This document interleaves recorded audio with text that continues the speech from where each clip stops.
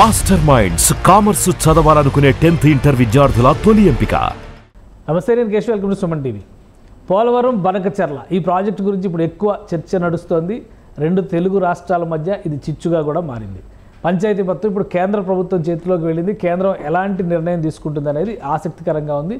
అయితే పోలవరం బనకచెర్ల ప్రాజెక్టును చేపట్టడం ద్వారా ఆంధ్రప్రదేశ్ ప్రభుత్వం ఏం సాధించాలనుకుంటుంది? ముఖ్యంగా రాయలసీమ ప్రాంతానికి సాగునీటి స్థిరీకరణ చేయడానికి ఎంతవరకు అవకాశాలు ఉన్నాయి? ఈ అంశంపైన మాట్లాడే ప్రయత్నం చేద్దాం. మనతో పాటు ఇరిగేషన్ రంగ నిపుణులు, అలానే public policy expert doctor Narasimha Reddy గారు ఉన్నారు.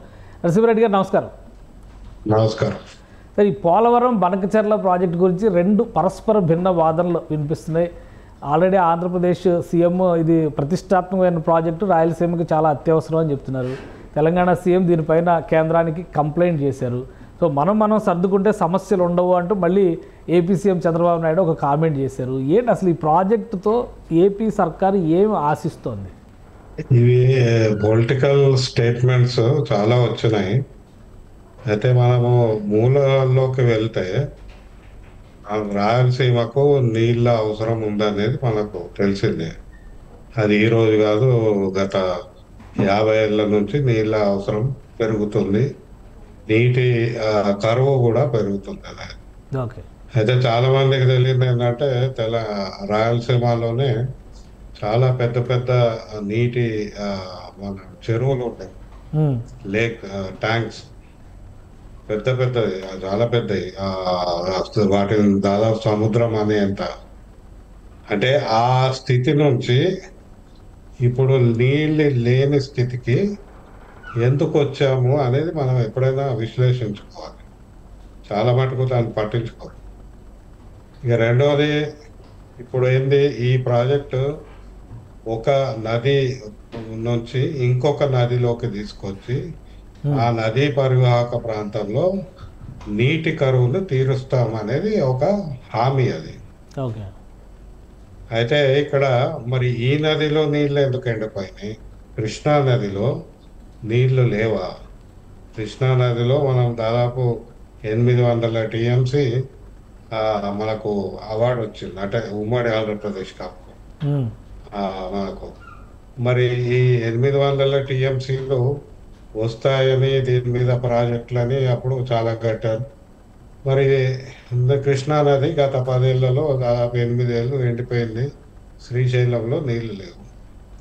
అంటే నదులు ఎండిపోతున్న పరిస్థితి చూస్తున్నాము. అయితే దీనికి పరిష్కారము ఇంకొక నది నుంచి నీళ్లు తీసుకురావడమా? ఇంటర్లింకింగ్ ఆఫ్ రివర్ ప్రాజెక్ట్స్ అని కేంద్ర ప్రభుత్వము, రాష్ట్ర ప్రభుత్వాలు మనకు ఒక అబద్ధపు హామీ ఇస్తున్నాయి.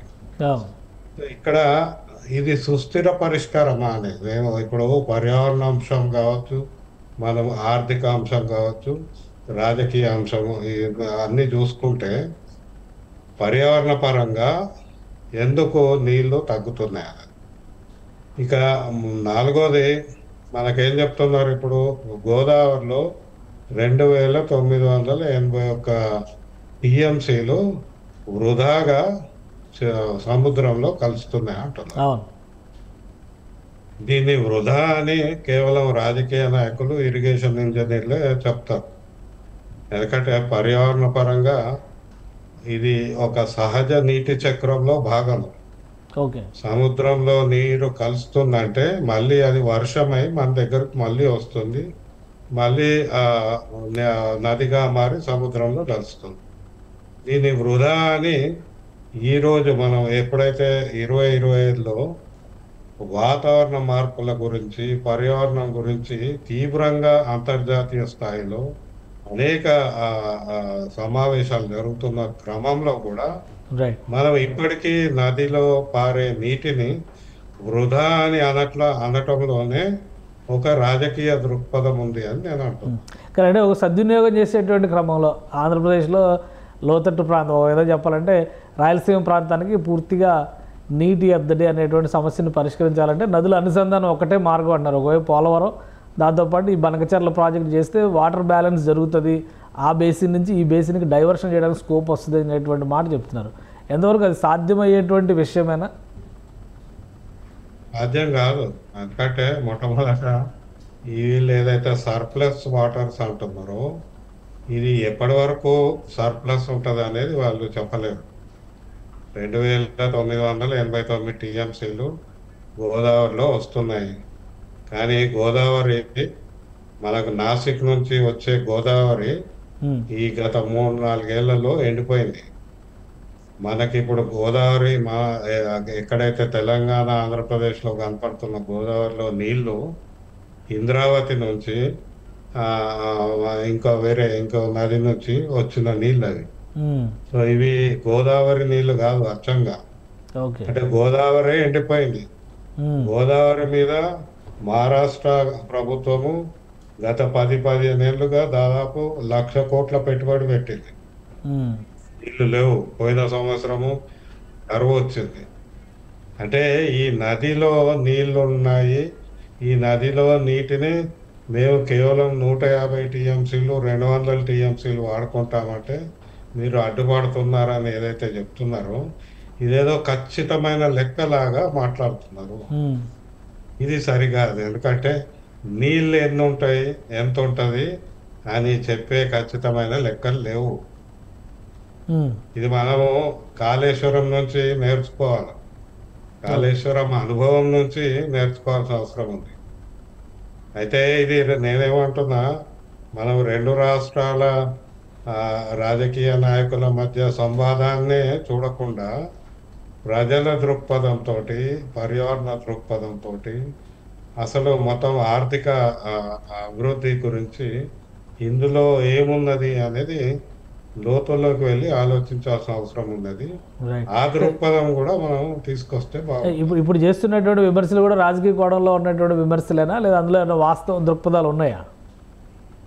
అది పూర్తిగా రాజకీయం. ఎందుకంటే మీరు ఒక 30 ఏళ్ళ ఉమ్మడి ఆంధ్రప్రదేశ్ రాజకీయాలు చూసుకుంటే మీరు చూడండి, ఏ రాజకీయ నాయకుడైనా, ఏ రాజకీయ పార్టీ నాయకుడైనా మొదటి నుంచి నీళ్లు లేకుంటే మేము ఇరిగేషన్ ప్రాజెక్ట్ ఒకటి కడతాము, మీకు నీళ్ళు వచ్చేస్తాయి, ఇదే హామీ కదా.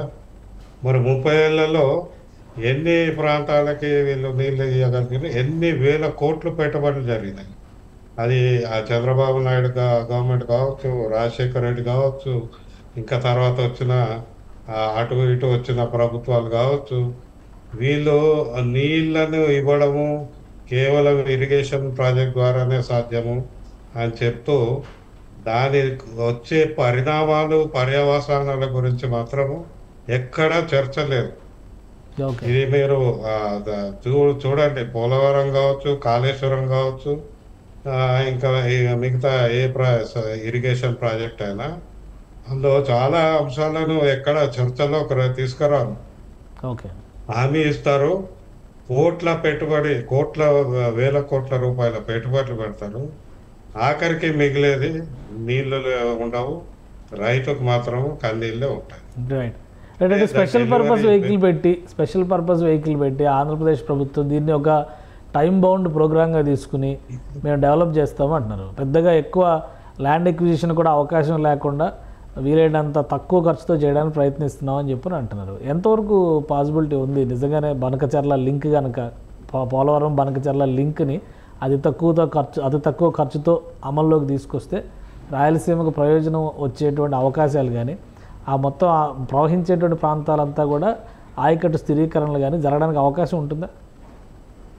ఉండదు. ఎందుకంటే ప్రాజెక్ట్ డిజైన్ మనకు ఇక్కడ పూర్తిగా తెలీదు. మనం ఇప్పటివరకు చూసింది మీడియా రిపోర్ట్లు, ఆ ప్రీ ఫీజిబిలిటీ రిపోర్ట్ చూస్తే అర్థమవుతుంది. కానీ ఇప్పటివరకు వచ్చిన సమాచారం మేరకు చూస్తే మొట్టమొదట ఇది లిఫ్ట్ ప్రాజెక్ట్. పోలవరం నుంచి ఒక 9 అంచెల్లో లిఫ్ట్ చేస్తామంటున్నారు. అంటే లిఫ్ట్ చేస్తారంటే కరెంట్ కావాలి, దానికి పవర్. దానికి ఎంత పవర్ కావాలి? ఇప్పుడు 200 టీఎంసీ పవర్ లిఫ్ట్ చేస్తే ఎన్ని వేల కోట్లు నిరంతరం కావాలి, ఏదో ఒక్కసారి పెట్టుబడి కాదు. అందుకే నేనేమంటున్నా, ఈ ప్రాజెక్టుకి కాళేశ్వరం ప్రాజెక్టుకి చాలా సారూప్యం ఉంది. కాళేశ్వరం ప్రాజెక్టు ప్రతిపాదనలో కూడా లిఫ్ట్ ఉండింది. అది లిఫ్ట్ కూడా వివిధ దశల్లో లిఫ్ట్ ప్రతిపాదించారు. కానీ అప్పుడు ఆ ఫీజిబిలిటీ రిపోర్ట్లో మెన్షన్ చేయలేదు. కరెంటు ఖర్చు ఎంత అవుతుంది?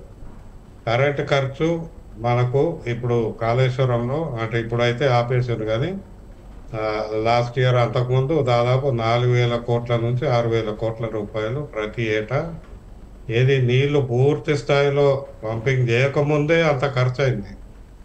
మా అంచనా దాదాపు 10,000 కోట్లు కాళేశ్వరం ప్రాజెక్టు పూర్తిగా పనిచేస్తే కేవలం విద్యుత్ మీదనే ప్రతి సంవత్సరం 10,000 కోట్ల రూపాయలు పెట్టుబడి జరుగుతుంది. కానీ దాని డబుల్ ట్రిపుల్ ఎకానమీ క్రియేట్ అవుద్ది అంటారు కదా, అగ్రికల్చర్ కానీ ఆక్వాకల్చర్ కానీ ఇవన్నీ పెరుగుతాయి అంటున్నారు కదా. పెరుగుతాయి, నీళ్ళు వస్తాయి, కానీ నీళ్ళు వచ్చినాక ఈ పెట్టుబడి భారం ఎవరు తీర్చాలి? ఇప్పుడు క్యాపిటల్ కాస్ట్ 81,500 కోట్లు అంటున్నారు. అంటే ఇప్పుడు ఇది అంతే అవుతుందో 1,00,000 కోట్లు దాటొచ్చు. 1,00,000 కోట్లు వేసుకున్నాం లెక్క. దీంతో పాటు ప్రతి ఏటా విద్యుత్ ఖర్చు ఇంకో 10,000 కోట్లు. మీరు అంత పెట్టుబడికి వచ్చే నీళ్లను ఆ నీళ్ళ యొక్క ఖర్చు ఎవరు భరిస్తారు? దాన్ని మళ్ళీ ఎట్లా రికవర్ చేస్తారు? అది ఎకానమీ ద్వారా చేయాలి. ఇప్పుడు ఇక్కడ కాళేశ్వరంలో ప్రతిపాదించింది ఏంది? మేము వరి వేసుకుంటే దాని నుంచి ఎకానమీ పెరిగి మనకు ఆ అప్పులన్నీ తీర్చేస్తామన్నారు. కానీ లోపాయకారిగా ఏం చేశారు? ఇండస్ట్రియల్ పార్క్స్కి వాటర్ అమ్మడం మొదలుపెట్టారు. మొన్న కాళేశ్వరం కమిషన్ ముందు కూడా హరీష్ రావు గారు చెప్పింది అదే, మేము అమ్ముతున్నాము, అమ్మకం ద్వారా ఈ పెట్టుబడి రికవరీ చేస్తామన్నారు. మరి ఇప్పుడు ఈ 200 TMC బనకచెర్ల ప్రాజెక్టులో ఇది రైతులకు ఎంత,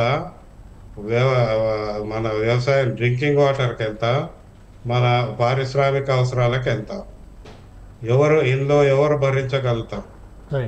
రాయలసీమలో చిన్న సన్నకారు రైతులు ఎకరాకి ఇప్పుడు TMC ఎంత ఖర్చు అవుతుంది? దాదాపు 100 కోట్లు అవుతుంది, ఇంకెక్కువనే అవుతుంది. దాని ఖర్చుని భరించేంత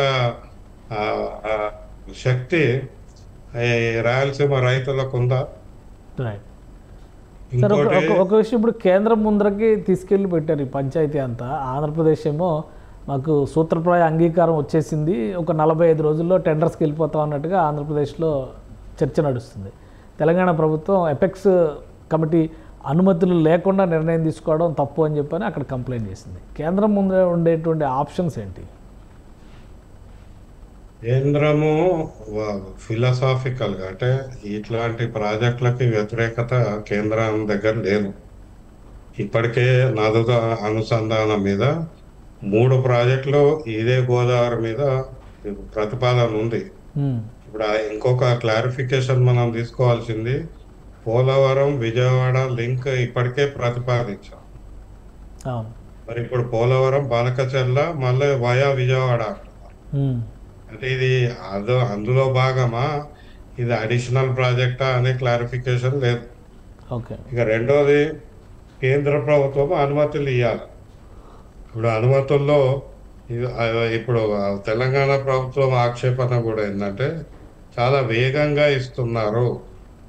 జూన్ 5 నాటికి వీళ్ళు రిపోర్ట్, ప్రీ ఫీజిబిలిటీ రిపోర్ట్ ఇస్తే ఆ కమిటీ ఏదైతే ఉందో ఎన్వైరన్మెంటల్ అప్రైజల్ కమిటీ జూన్ 17 నాడు కూర్చొని మేము దాన్ని చూస్తాము అని ఒక వీడియో కాన్ఫరెన్స్ ద్వారా చెప్పారు.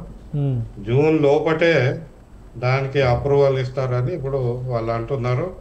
నిన్న అయితే ఉత్తమ్ కుమార్ రెడ్డి గారు చెప్పడము, ప్రీ ఫీజిబిలిటీ రిపోర్ట్ కాకుండా డిపిఆర్ పంపమని కేంద్ర మినిస్ట్రీ ఆఫ్ ఫైనాన్స్ నుంచి వాళ్ళ రిక్వెస్ట్ వచ్చింది. అంటే ప్రీ ఫీజిబిలిటీ రిపోర్ట్ ఇప్పటికే అప్రూవ్ చేశారు. అంటే కేంద్రము చాలా వేగంగా దీన్ని అప్రూవ్ చేస్తుంది వితౌట్ ఎనీ స్క్రూటినీ అనేది మనకు అర్థమవుతుంది. అయితే ఇక్కడ ప్రాసెస్ వయలేషన్స్, ఇప్పుడు తెలంగాణ అంటుంది, ఆంధ్రప్రదేశ్ అంటుంది, కేంద్రం అంటుంది. కేంద్రమే పెద్దన్న పాత్ర పోషించాల్సిన సమయంలో ఈ ప్రాసెస్ బట్టి పోతే అప్పుడు దానికి ఉన్న విలువ పెరుగుతుంది. కానీ ఈ ఏర్పాటు చేసిన ప్రొసీజర్స్ కానీ ఈ పద్ధతులు కానీ వీటిని షార్ట్ చేసేసి తక్కువ చేసి వేగంగా అనుమతులు ఇస్తే దానివల్ల కేంద్రం మీద ఉండే నమ్మకం తగ్గిపోతుంది. రైట్ దాని మీద ఆ పెద్దన్న పాత్ర పోషించే అవకాశం కూడా దానికి ఉండదు. Right right thank you Narasimha Reddy గారు విశ్లేషణ అందించినందుకు. ఇది బనకచెర్ల ప్రాజెక్టుకు సంబంధించి తెలంగాణ ప్రభుత్వం కొన్ని అభ్యంతరాలని లేవనెత్తుతుంది. వీటిపైన విశ్లేషణ, ముందస్తు అవగాహన లేకుండా అనుమతులు ఇస్తే ఇబ్బందులు తప్పవని హెచ్చరిస్తున్నారు. కాళేశ్వరం తరహాలో విద్యుత్ వినియోగం ఈ ప్రాజెక్టులో చాలా కాంప్లికేటెడ్ ఇష్యూ అవుతుంది. దీనిపైన సమగ్ర అధ్యయనం చేయాల్సిన అవసరం ఉందని నరసింహారెడ్డి గారు సూచిస్తున్నారు. ఇది special discussion. Keep watching. Suman టీవీలో మీ పర్సనల్ అండ్ బిజినెస్ ప్రమోషన్స్ కోసం కింది నెంబర్కి కాంటాక్ట్ చేయండి.